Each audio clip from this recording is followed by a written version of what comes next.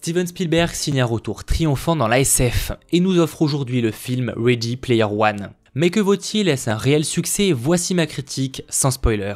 Pour ce qui est de l'histoire, c'est avant tout la force du film. Elle se différencie par son originalité et son hommage à la culture geek. Le speech est qu'en 2045, le seul moyen de profiter de la vie est de devoir se connecter à un monde virtuel nommé l'Oasis. James Hallyday, le créateur du jeu, propose d'offrir 500 milliards de dollars et le contrôle total du jeu à celui qui trouvera l'easter egg qu'il a caché. Pour le trouver, il faudra résoudre 3 énigmes similaires au niveau d'un jeu vidéo. Bref, le contrôle de ce monde virtuel a un enjeu très important. Et c'est pourquoi une entreprise va tout faire pour contrer Wade et ses amis afin d'avoir le monopole du numérique et donc du futur. Bon, avant tout, si vous avez vu la bande-annonce, vous aurez remarqué que l'originalité du film est la présence limite abusée de références à la pop culture. Au début, j'étais comme beaucoup sceptique à ce sujet. J'avais peur que ça soit utilisé comme du fanservice mais sans réel intérêt. Et bonne nouvelle, c'est pas le cas. C'est vraiment des petits clins d'œil, voire hommages à de nombreux monuments de la culture geek, comme toute une partie du film parlant de Shining de Stanley Kubrick, qui est d'ailleurs vraiment sympa. Quant à l'intrigue, elle nous laisse pas bouche bée mais remplit le taf d'un film de science-fiction sans prise de tête, dont l'univers a clairement de quoi nous faire rêver. Sauf pour la partie terrestre où franchement c'est pas ouf. Surtout qu'au niveau de la réalisation c'est vraiment bon. Le seul défaut que je peux noter au final se trouve être dans l'exploitation des personnages principaux. Pour le coup Wade ne m'a pas dérangé, mais pour ce qui est des autres on passe très vite sur eux sans aborder leurs origines etc.